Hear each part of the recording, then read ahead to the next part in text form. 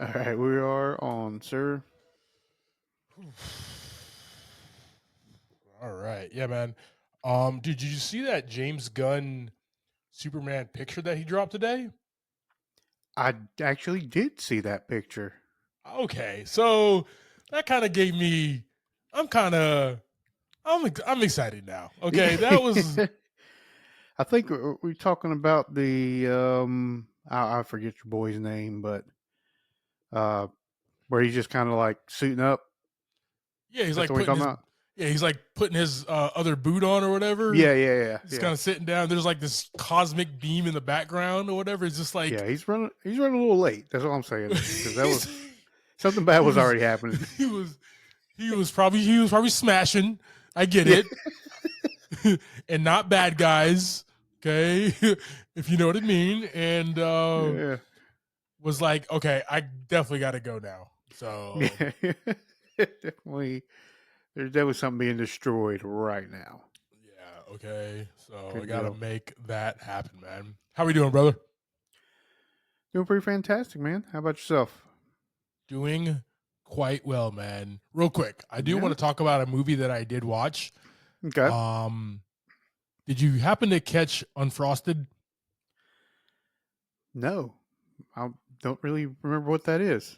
It's the Pop Tart movie, Post and Oh Kellogg, yeah, yeah, yeah, yeah. I did written, not. directed, and starring Jerry Seinfeld with like a whole host of everybody else and their mom is in that I movie. completely, I completely forgot that was the name of that movie. But no, I Nine, didn't catch it. you ready for this? This is gonna really tickle your fancy here. Let's go. 97 minutes, Perfect. right? It's the most perfect number you can. It's just like, Obviously, just like, bro, you in and out, bro. Yeah, yeah. 30, How was it? 30, Good time. 30, 30 minutes is the first act. 30 minutes is the second act. 30 minutes is the third act. And you got 7 minutes Beautiful, worth of trailer credits and B-roll stuff and gags. And you're out of there, beautiful, man. beautiful. Perfect movie for you. Dude, that movie was effing awesome. Like, if you're a Well, fan of Jerry Seinfeld's comedy, but yeah. also all these other comedians and actors that are in it, it's basically just Mm. a bunch of comedians. Um, Was that a theater? I can't remember. Was that a theater drop or streaming?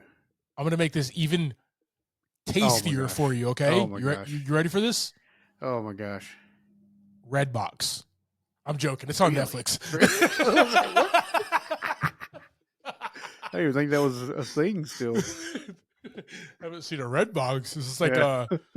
aren't those where they store the old they got the telephone booths and the red box machines Yeah, right next to each other now, right? So and that storage facility somewhere. yeah. Yeah, yeah. Wow. Awesome. When the aliens come down, they're gonna look at the phone booth and the red box machine and be like, all right, this is why we had to kill them all right here. This is why. So we got to wipe it Okay. clean. Yeah. We gotta wipe them clean. Start anew. Oh no. Or they're gonna come down, go to that storage facility, see that we had phone booths and red box machines, and be like, "Yeah, there's no point of taking over this planet. They're just stupid. They're just Mm, stupid. Let's just mm. go. Okay. Let's just Okay. go." That's So they might pack one up way and to look go. at it. So yeah, man. It was a dope flick, man. Highly Good deal. recommend. Really like laugh my ass off the entire time. It was a Yeah. quick Saturday watch. Highly recommend, man. I watched TLC uh flick on Netflix. You watched Um T-Baw's Left Eye and Chili. yeah, yeah, it was like a documentary about Oh, okay. I about thought their like deal. Yeah, yeah. TL's Tender Love and Care was what you like. I didn't know if it was like a rom com that you were watching or Oh, I something. mean, Maybe posted up with your dog. I don't know how these things work.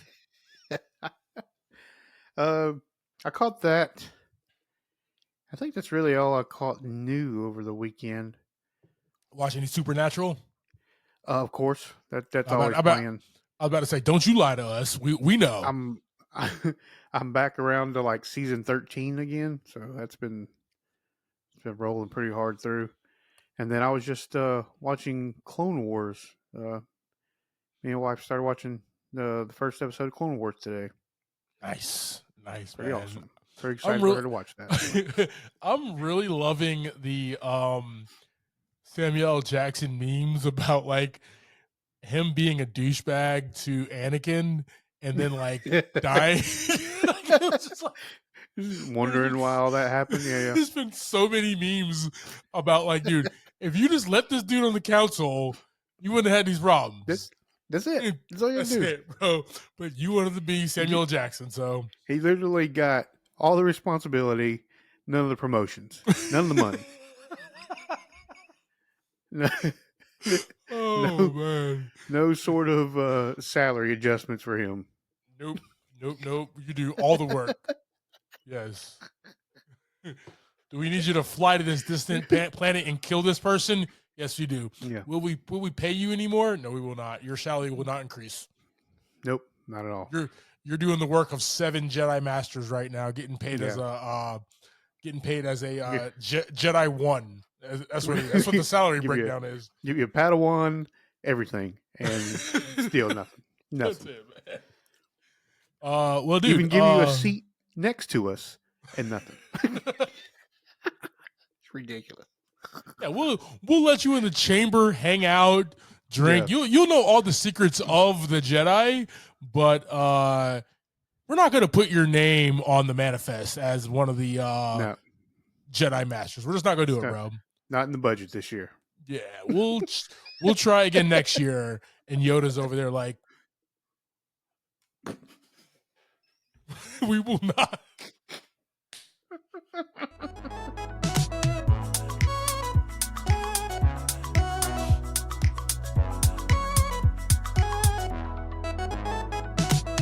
Welcome to an episode of Movie in a Pod. I'm Clyde Smith. And I am Javier Villalobos.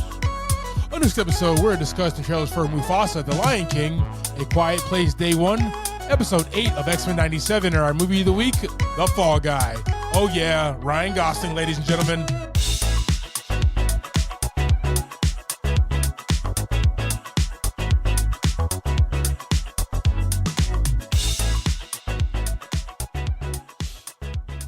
All right, team. Are you guys on social media? If so, YouTube, Facebook, Instagram, the TikTok, all that good stuff, guys. We do have some socials. Check it out. You want to see the live reactions to this whole pod, or if you want to see live reactions to our trailers, definitely check out all that sexiness that he's putting in a square. He's doing. Can't see what I'm pointing at on audio, he's but that's fine. doing the Madonna Vogue thing right now, bringing sexy back right there. So, guys, click that link tree in the show notes. Like, share, subscribe. Appreciate you guys and gals. All right. We have Mufasa, the Lion King. According to IMDb, Simba, having become king of the Pride Lands, is determined for his cub to follow in his paw prints. Oh, that is so cute. While the origins of his late father, Mufasa, are explored. You know what this seems like, man? So we got like The Godfather. Yeah. This seems like The Godfather Part 2. Is what it absolute, like, from that synopsis, that's what it seems like. If you like, I don't know, from The Godfather was a story of like, obviously everybody has seen it, but like Michael coming in, we got Vito dies, and Michael kind of takes over the family business, becomes the Godfather. Godfather Part 2 was Michael is continuing the story as the current Godfather, but we're going back in time to relive how Mufasa, or Vito at that time, kind of came to be. This is the exact same kind of vibe that I'm getting from this, man. And you know what? I love The Lion King. I love The Godfather. I love The Godfather Part 2. If this is in that same vein, just with lions, for you, yeah. I'm there. Perfect. Just with lions and hippos and alligators and stuff. I got you. Give me your thoughts, brother. Yeah, that was well explained, my man. But same, fan of the Lion King. So seeing, our technology being used in these ways to kind of make a not rebooting. At least we're not a reboot. Yeah. We're continuing the story, but we're going to see it in a whole new light, which is very exciting. Yeah, man. I really think what Jon Favreau did with the Jungle Book and then the Lion King, and now we're going forward with Barry Jenkins using that technology. Remember, the Lion King was what 4 or 5 years ago. Mm-hmm. Now maybe even more. Now we have this newer, fresh technology, man. This movie's going to be gorgeous. It's going to be beautiful. And obviously, love the cast here. Yeah. Yeah. Aaron Pierce voicing a young Mufasa. We got Seth Rogen, Billy Eichner coming back. John Connie, Mads Milliken as Kiros. Don't know what the hell that is, but whatever. Danny Newton, Keith David, Blue Ivy Carter, Donald Glover's coming back. Beyonce coming back. Just a whole host of people. Yeah, this is gonna be dope, man. This is Oh really yeah. gonna be dope. Really excited for this one. Yeah, guys, we're gonna throw Mufasa, the Lion King, on our socials. Let us know your thoughts here, and who's your favorite character from the Lion King movies, guys? Hmm. Animated or live action, digital, whatever you want to call it. Let us know your thoughts. All right, team. A Quiet Place, day one. According to IMDb here, it says experience the day the world went quiet. I'm good, actually. I don't want to live this day. I'm good. Like we've already lived Yeah, the aftermath. That was yeah. pretty. That was enough. That Yeah. was already bone chilling. I don't want to actually in New York too. Like they would like the first movie was out. They were out there in the country after the world kind of ended, and they were just Yeah. trying to make it. The second one was dad was dead, and then the family is trying to make it, and the mom is pregnant and everything. And they were still just kind of out there. This one is Yeah. day one, dead center in New York. I'm telling you, man. I don't know about you, Javi. I don't know how to be quiet. You've known me for so damn long. I'm not making it, bro. We should have to make you one of those boxes like they had for the baby. Exactly. Not survive without that box. I'm not surviving. Yeah. Because the first thing I'm going to say is, "Oh shit," like that, and that's it. And I'll be done after. Yeah. I'll be cooked. A lot of words going to come out that aren't appropriate. And then if like somebody tries to like put their hand over my mouth and like shush me, I'm throwing hands. So like, what you disgust? Why are you touching me right now? You disgusting ass hands on me, man. What's wrong with you, right? Oh, Right. Yeah. bruh. I wouldn't make it No, I past was hour one in this movie. I was a fan of the first one. Uh, like the first one, you're kind of like, this is kind of weird, kind of wondering what happened, right? Like we just jump into this story all of a sudden. Then you get to the second one, and now they're going to this one, and you're like, I really don't. Still a little curious, but Yeah, I don't need to be in the middle of the city to figure out what's going on at this point. yeah, Um, but very different from the other ones. I mean, the first one wasn't very, very high action. It was just more of a. It was more scary, yeah. more horror kind of feel. This one just looks like Michael Bay might be showing up to blow up some cars and stuff. It feels like So, Bumblebee is gonna come down yeah, Broadway, just yeah, blasting in this one. You know what, man? Like we get so many horror films in the backwoods, the country, the yep, countryside, right? The Midwest or whatever, right? Even like Halloween, it takes place in a small town, right? All the yeah. Friday the 13th movies are out there in the woods and stuff, right? It very rarely, even the Scream movies. The Scream movies are always like this small town or whatever, Always fairly dark out. Fairly very dark. dark, not many Yeah, people. You know what I mean? It was just like there's two movies, Friday the 13th when he goes to New York, where like he's in New York, Jason's in New York for all of like 10 minutes. And then the He's most chopping recent people up. the most recent Scream movie, those both take place in New York. And I appreciated both of those films because there's more people around. It was scarier. Like this scary person or scary thing is in the city. Movies don't Yeah, do that enough in this genre. So taking this premise and being like, one, day one, and then hmm two, in the middle of New York City where there's millions of people who's just trying to get by. yep, So yep. She's heading to work. I'm in the my man is just trying to get on the bus, Yeah, that's man. all he's trying to do. I'm just trying to make it to Not Popeyes today. on time so I don't get fired, man. Freaking So, spaceship comes through, blow that thing to pieces. oh man, yeah, I'm definitely pulling up for this one in the theaters, man. I do like this franchise. It's a Yeah, different, it's a sci-fi movie, but it's a sci-fi horror film that is different in the vein of Alien.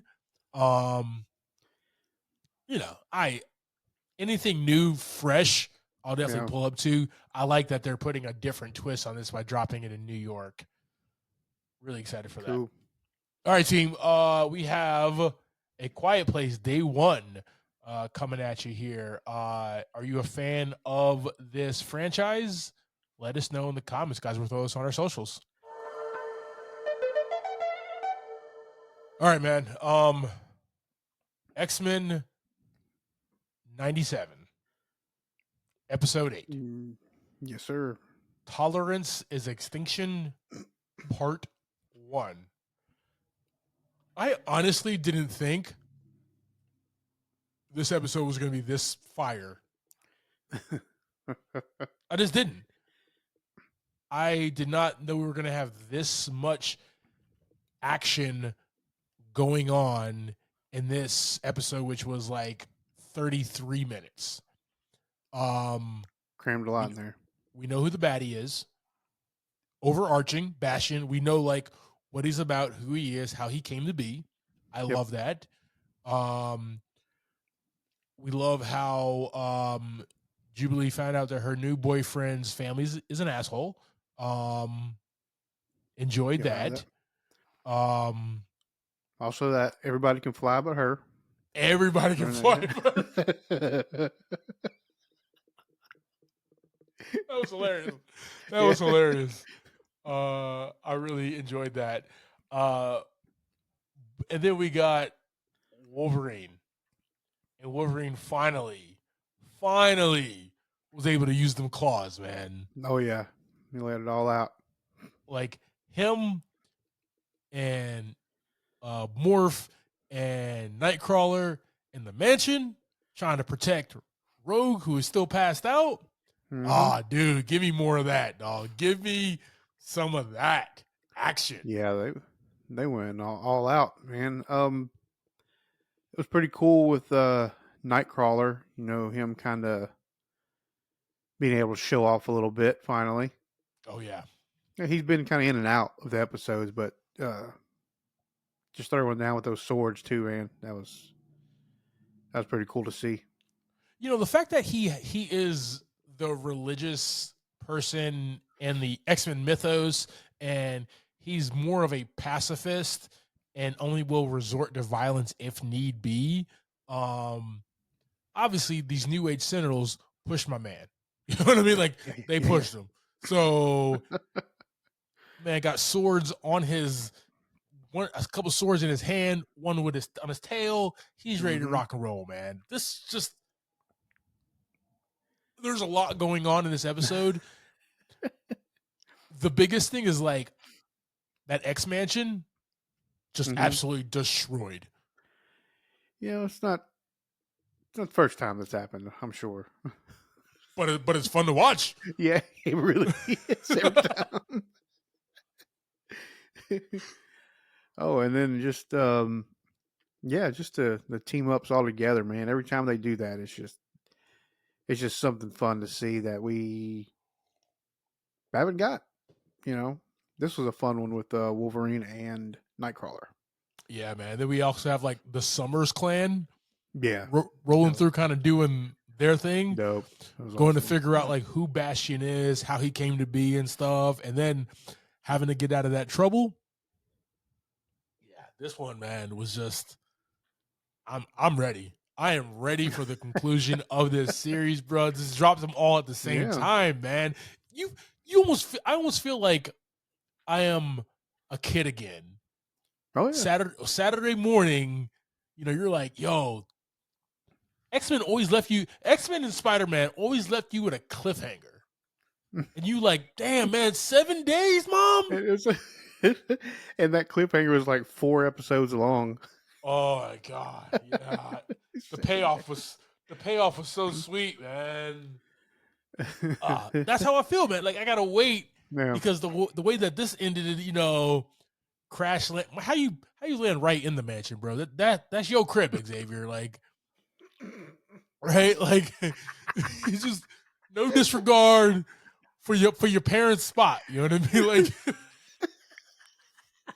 I guess if Bruce Wayne can do it in Batman Begins, I can do it as well. I got all the money. Whatever. I'll just rebuild it. Yeah. That didn't even cross my mind. So. Just right in the foyer, man. You know what I mean? Yeah. So, but then like he opens it up and it's like, to me, my X-Men, and you got all the faces of everybody coming through that he's like telepathically speaking to, including Storm. Squad goals, man. Squad goals. Bringing them back together. And you know what I think, man? Well, also Magneto, kind of butt naked the entire episode. He's basically naked. You got to show it off, right? I mean, man, 60, 70 years old. He looking good, okay? He definitely gets his pump in. That's all I'm saying. He don't miss leg day. Yeah.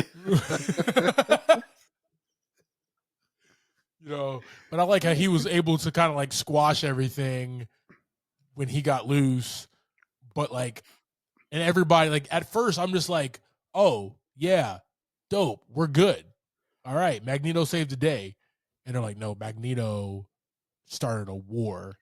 And I'm like, I don't really understand that, but I hope the dynamic now, because Charles is back, is, hey, Charles was like, we got to do it this way. And Magneto was like, nah, fam, we try to do it your way for 7 episodes.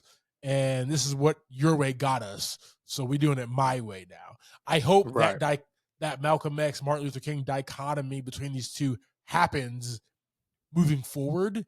And it's like a fight between those two ideologies. And I hope, like, who else is going to be coming through? Yeah. Yeah, we had Cap show up 1 episode.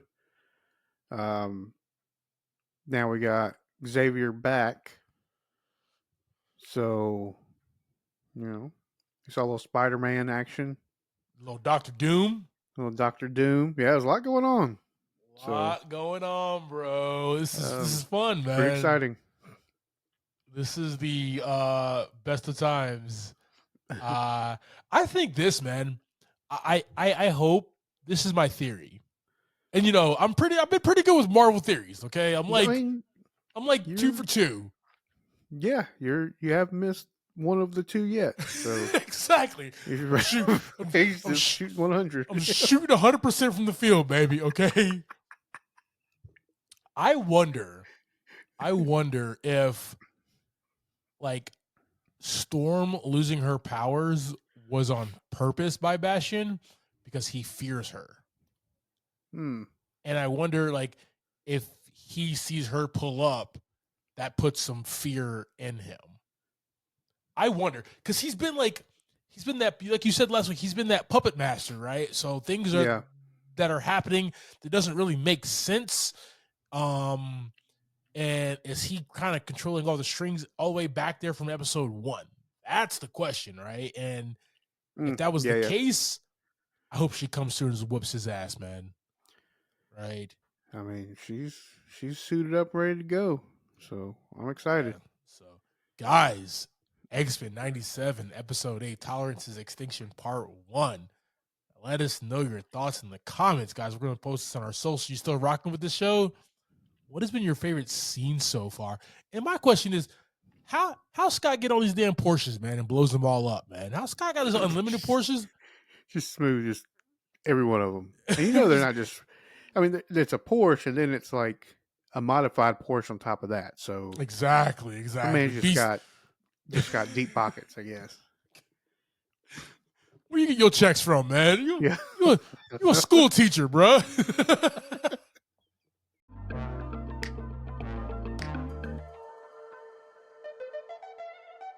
All right, man. You ready to jump into this week's movie? Yeah, man. Sounds good. All right, team. We have The Fall Guy. Fall Guy just drops May 3rd, 2024. This movie is directed by David Leitch and written by Drew Pearce. We have a budget of $150 million, and so far grossed in the box office $65.4 million. Let's go. Starring, we have Ryan Gosling as Colt Seavers, Emily Blunt as Jody Moreno, Aaron Taylor Johnson as Tom Ryder, Winston Duke as Dan Tucker, Hannah Waddingham as Gail Meyer, Teresa Palmer as Iggy Starr, and Stephanie Hsu as Alma Milan. Yes, sir. Such a great cast in this movie, man. Go ahead and give us that quick synopsis.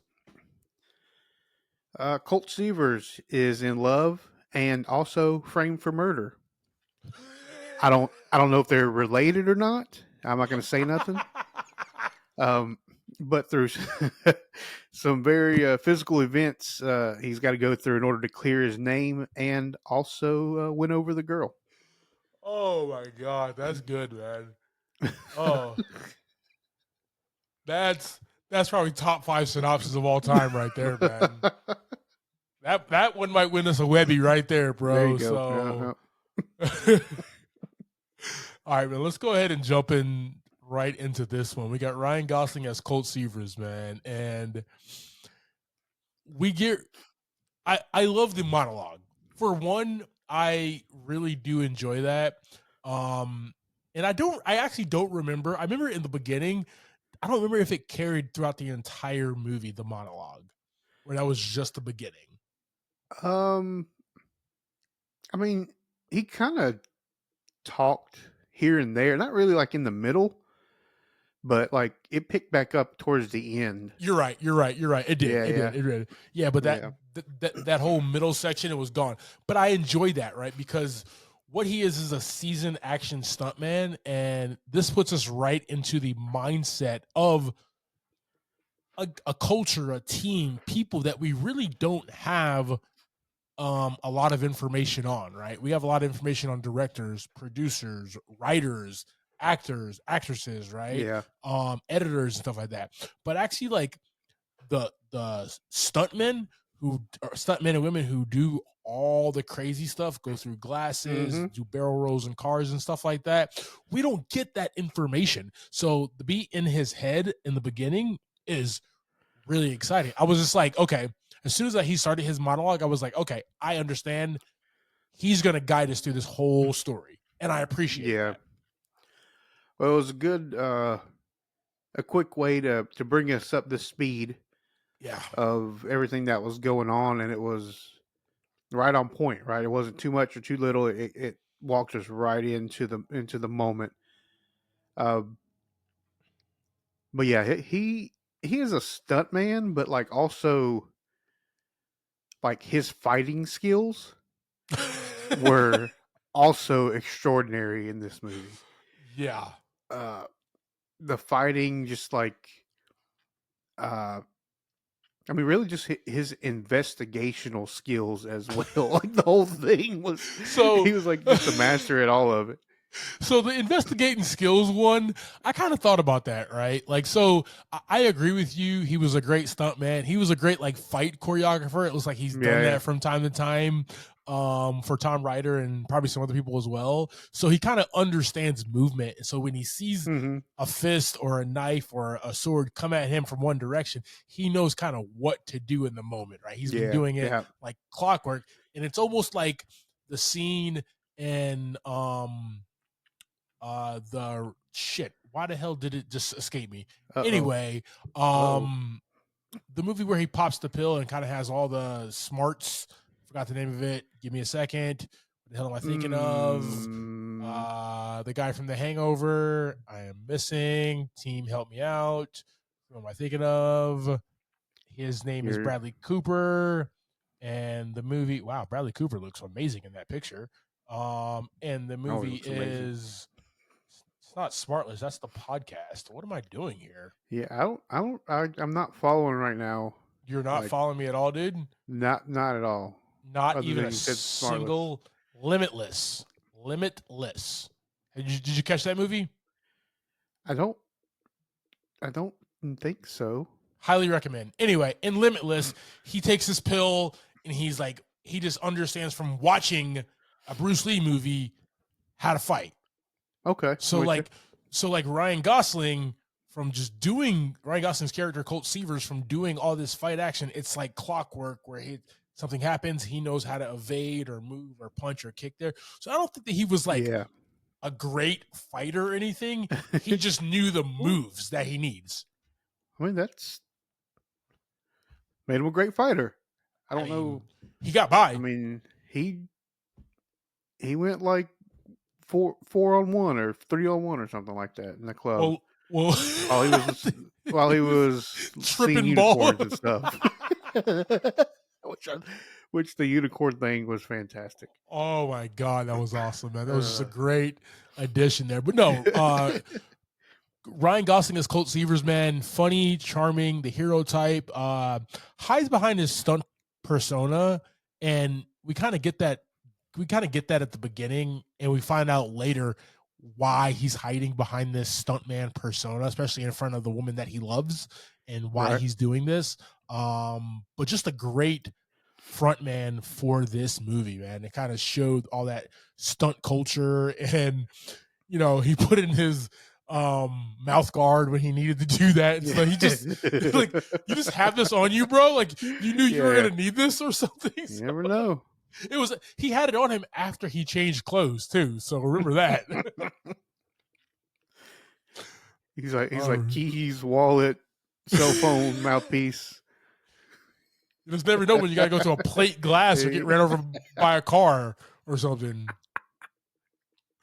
All right, we have Emily Blunt as Judy Moreno, Colt's ex-girlfriend and first-time director. Talk to me, man. Oh yeah, Emily Blunt. Her as well, like leading us through the movie, and uh, she's writing this movie that is loosely quote unquote seems like it's based on their relationship. You know, just saying. She Yep. may say that in the movie as well, but that's the point. Uh, so she's first time director, Colt Seaver's ex girlfriend, and they've been apart for what was it, like the over a year, that 18 months or whatever Yeah. after his accident, and he just never talked to her again. So just up and disappeared. So now she's a director, and she's not a big fan of his, which makes sense. It's understandable. um, but yeah, this character in the movie, she does the same thing. She's even though she's like the director, she obviously can fight as well. Very smart, Rubs hands. and just keeps the whole thing together, like the movie and Colt's situation. Like she's literally directing everything that's going on. Yeah. Uh, Yeah. and Emily Blunt, man, she does a fantastic job. Strong, brave, courageous, ambitious, and wants this movie to be great. And like you said, man, like even though she's mad at him, you find out very early on in one of their first interactions that there's still something there. She still has Yeah, feelings yeah. for Colt, man. And I appreciate that. Like, a lot of the times in situations like this, like anyone but you, they were really cold to each other for a very long time. right? And that's real. Don't get me wrong. I love that movie. That was real. But like, really, you guys had this connection, and now it's at zero. Really? Right. That, you know what I mean? This one was like, we had this connection, and you're gone out of my life for 18 months, no call, no show, whatever. But Yeah. like, at the end of the day, like, I still have feelings for you. I have to move on. I'm a director now. I got to do this. But like, shit, Colt's in my life now. Colt's back in my life, and he's here right in front of me in Australia. I have to do something. So she tries to Yeah. like set the stage and be like, hey, this is all business, bro. But it's Ryan Gosling, man. It's definitely all business when he smiles at you. You know what I mean? I forgave him as soon as he came on screen. Yeah.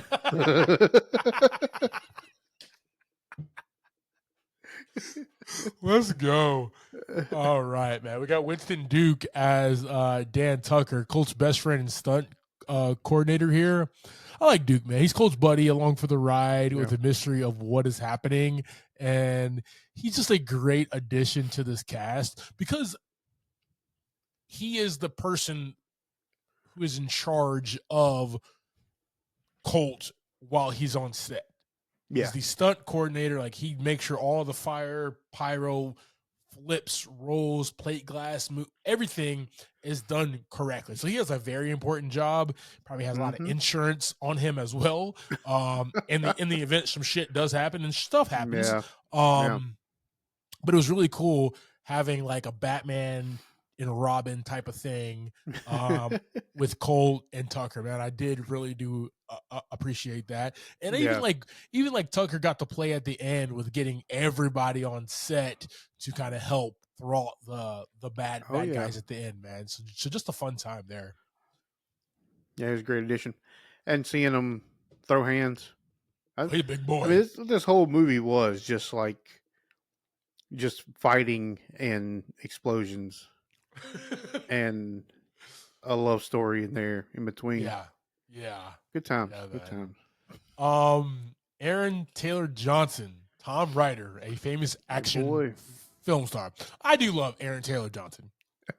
He's probably going to be the next Bond, is what it sounds like. But in this movie, he is that prototypical Hollywood A-list asshole, and I said asshole in all caps. Don't get me wrong. Is that in your notes? Yep.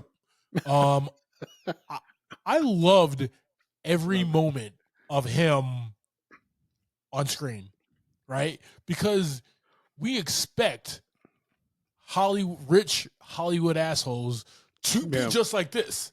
It was like, yeah. Pick anybody. You know what I mean? He's obviously one way in front of the camera, one way in interviews and stuff, but in real life, he's just an asshole. And right. That's Taylor, and he has like weird kinks too, like all the notes in his apartment. What is that about? You can't remember a thing, bro? Oh, that was just awesome. Yeah. That was just awesome character building, man.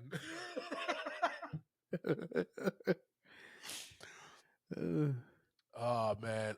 We have Hannah Waddingham as Gail Meyer, the producer of Jodie's movie. She's the producer type who would do absolutely anything for her client.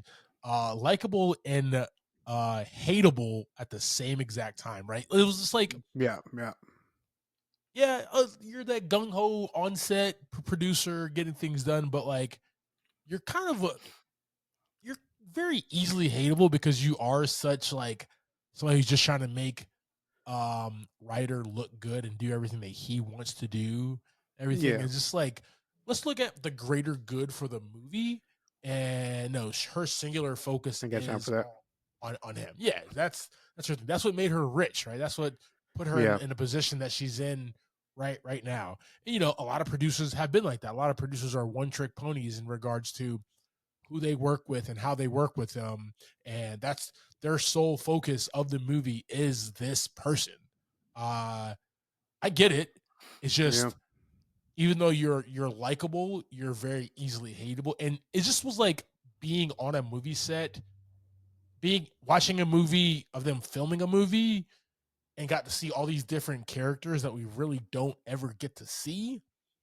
in movies like this, because like the plot has been done before, movie inside of a movie. It's just Yep. that we have not seen it from this angle, and seeing her like that, man, was very interesting.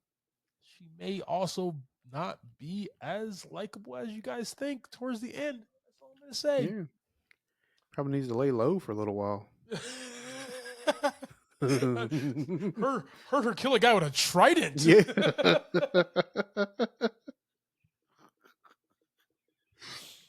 Yeah. Well, All sir. right, man. Let's move over here to sets and music here. So the main set is the movie set. Like on that beach in Australia and all these Yeah. gorgeous scenes. Even like the Australian Opera House is in the background for one scene there, but it's a movie inside of a movie being made.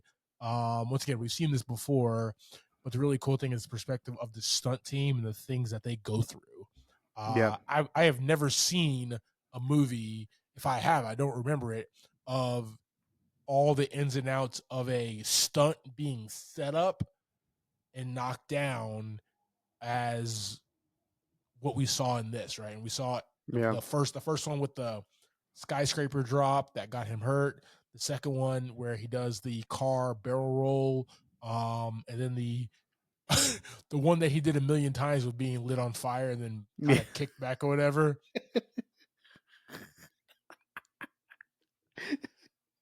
Like I think about the movie as a whole, and I look back, and that's kind of in the beginning of the Yeah. movie.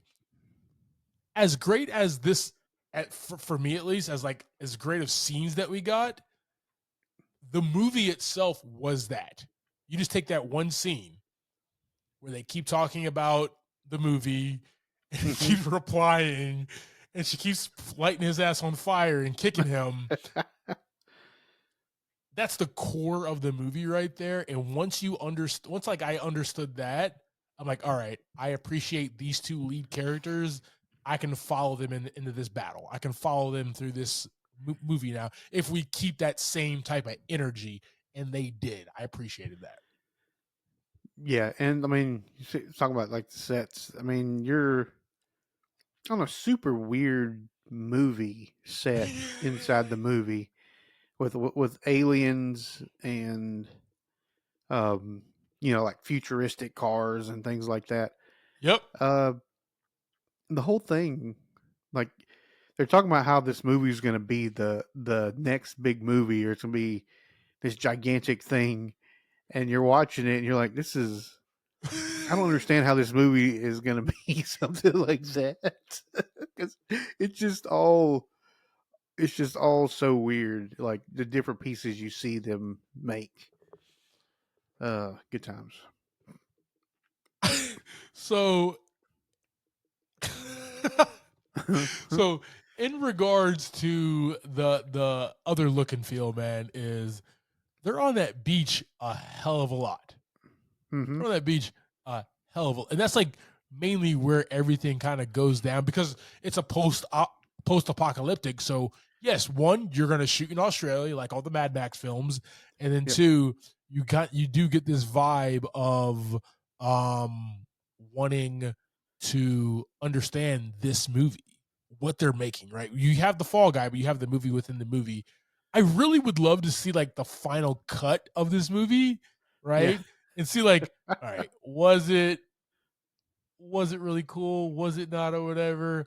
You know the vibe of the movie? The vibe of the movie was Galaxy Quest. The movie Mm. inside the movie, Yeah. Yeah. I got you. that was like, are you guys making a Galaxy Galaxy Quest. Quest? Because that's what Yeah. I'm getting at here. Yeah. That's what I'm.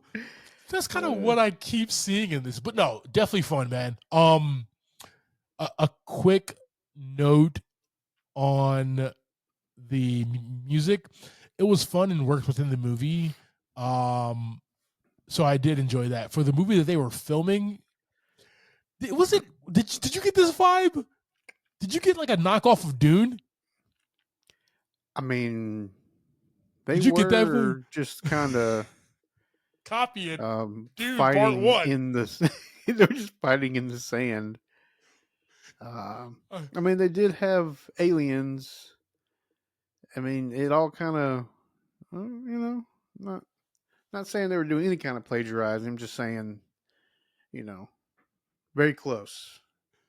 Like super close. I and like I didn't really put to because I just thought it was like all right, post-apocalyptic, whatever, sand movie. All Yeah. right, Dune just did it very well, whatever. But we've seen a lot of these type of movies in post-apocalyptic, and they need sand. But then like the music inside the movie was very close to Dune. I was like, yep, that's exactly what they're doing. Nah, They're doing Dune right now. They're just not doing it well. awesome. Yeah. But just enjoyable, you know what I mean? So Right. all right, man. I do have a theme here. All right. Colt Seavers kind of comes back into Judy's life and doing anything and everything to get her back. Every guy has been there.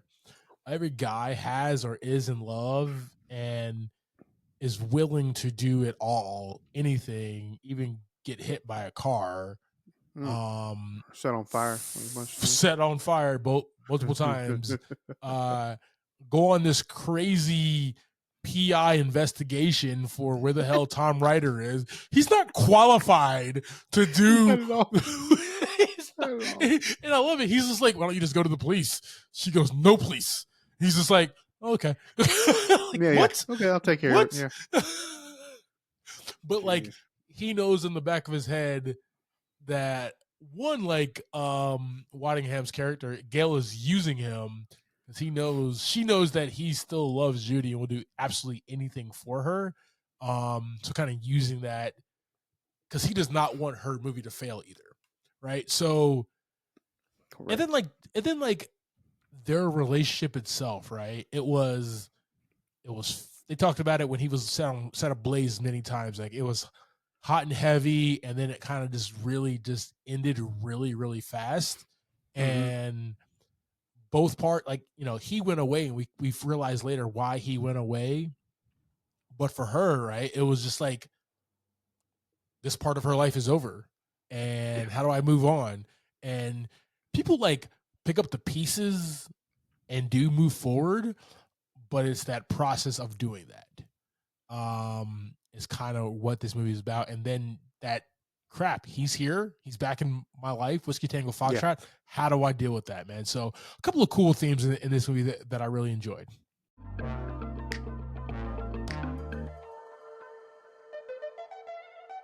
All right, team. That is our conversation about 2024's David Leitch's new movie, The Fall Guy. JV, give us thoughts and ratings here, brother. Yeah, I am giving this one 3 buckets of popcorn this week. Nice. Okay. Pretty good time.